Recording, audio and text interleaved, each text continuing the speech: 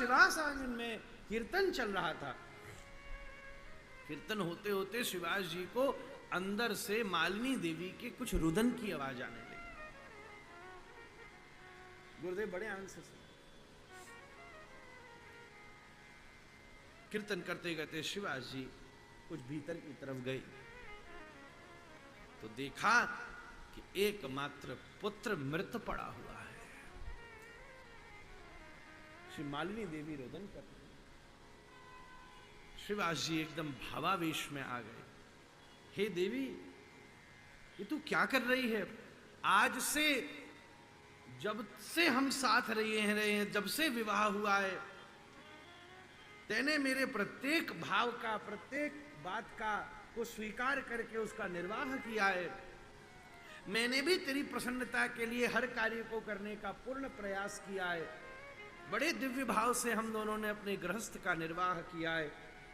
अगर तू मेरे द्वारा किए सारे प्रबंध और मेरे पतित धर्म के निर्वाह से प्रसन्न है, आज मैं तुझसे विवाह के बाद पहली बार कुछ मांगना चाहता हूं। तू मुझे दे सकती है?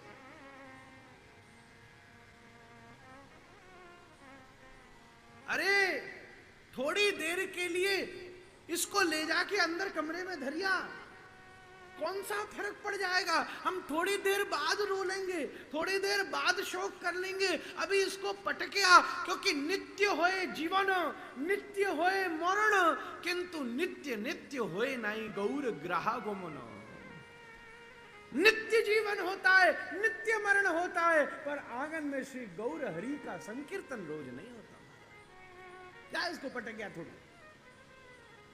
इतनी देर में श्रीमन महाप्रभु भी भावावेश में नृत्य करते हुए आगे। शिवास, शिवास आप कहां चले गए थे? मैं देख रहा था नृत्य भाव कीर्तन का उत्साह शिथिल पड़ रहा था। अरे राम राम राम, कैसी बात है? हरिबोल हरिबोल, घर में संकीर्तन चल रहा है और बेटा सो रहा है, ये तो बड़ा भारी प्रमाद का विषय। ए बेटा जग जग जग कह के महाप्रभु ने हाथ बढ़ाया। वो मरे हुए ने भी एकदम गौर हरि का हाथ पकड़ लिया और महाराज उठ कर खड़ा हुआ और दिव्य भाव से कीर्तन करने लगा। ऐसी महती मंगलमयी कृपा। यहां चमत्कार का विषय नहीं है, बात समझिए। प्रसंग के अर्थ को भी बड़ी बुद्धि से समझना चाहिए। आजकल तो वैसे भी सब चमत्कार को नमस्कार करें महाराज, इससे बड़ी मूर्खता की बात नहीं हो सकती। चमत्कार कुछ नहीं है महाराज, चमत्कार तो एक बस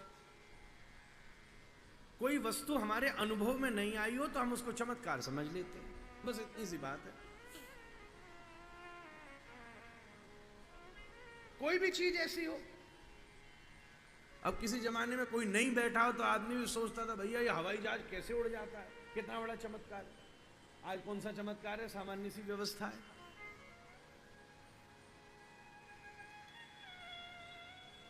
पहले पहले लाउड स्पीकर चले थे, कथाओं में जुड़े महाराज। जब पहली पहली बार आए, हमारे बाबा बताते, पर बाबा जी का एक प्रसंग, श्री विजय कृष्ण गोस्वामी जी महाराज, पर बाबा जी आपके मतलब हमारे गुरु जी के मोहन जी बाबा, वो जमाना मतलब 1880 90 1910 वो जमाने की बात है। उस समय लाउड स्पीकर कोई सामान्य नहीं होता था, और कहीं ठेठ गांव में चले जाओ तो पता भी नहीं चलता था। अब लोग समझते, गांव के सब लोग बैठे, माइक ऐसा सामने रहता था, और कोई बोले महाराज तो दूर तक आवाज जावे। लोग सोचते भैया ये बड़ा क्या चमत्कार है महाराज। अब तुम्हारा ये ऐसे बेचारे मारी मारे फिरते रहने सब जगह, इनका क्या महत्व। अब क्या मैं इनको कम करूं महाराज? पहले चीज बनाई जाती है, अब फिर सीमित की जाती है, यही चक्कर होता है हमारे।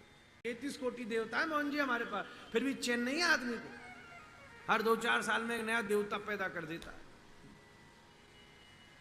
ठीक है, सबकी अपनी विचित्रता है, मानसिकता है, वो सब दिव्य हैं, धन्य हैं, सबको प्रणाम है महाराज। मरे हुए को जीवित कर देना, ये लीला करने का ये उद्देश्य नहीं है महाराज। और ये कोई बहुत बड़ी असामान्य बात भी नहीं है। जिनका अनुभव है, ऐसा तो पहले भी बहुत बार हुआ है, बाद में भी हर अस्पताल में रोज होता है अब आजकल तो। अब मरा कौन है इसकी परिभाषा भी मोहन जी समय समय पर बदलती रहती है। खैर अब हम इधर उधर क्यों ले जाएं, बिंदु पर लौट के आए। बड़ी बात यह नहीं है कि श्रीवास का मृत पुत्र जीवित हो गया, सबसे बड़ी बात यह है यहां श्री गौर हरि के द्वारा श्रीवास देव के पुत्र को जीवित कर देना कोई असामान्य कृत्य नहीं है। वो तो ये रोज ही काम करते हैं। वासंस जीर्णानि यथा विहाय, साक्षात भगवत स्वरूप है, ब्रह्म स्वरूप है। रोज आदमी मरता है, रोज उसको नया जीवन देते हैं। ये तो उनका नित्य, हर कण कण क्षण क्षण में ये काम चल रहा है। असामान्य बात है, असामान्य काम श्री महाप्रभु ने नहीं किया, असामान्य काम श्रीवास जी ने किया, जिसने ऐसी आपद की स्थिति में भी अपने हृदय में नाम, गुरु और इष्ट की निष्ठा को परिपक्व रखा। यहां महत्वपूर्ण बात यह है महाराज,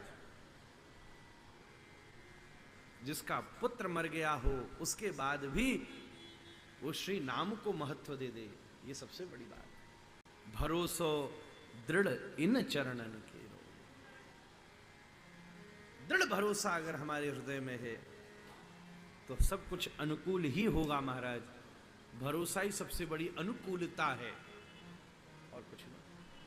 अनुकूल हमें हमारे हृदय का विश्वास ही बनाता है।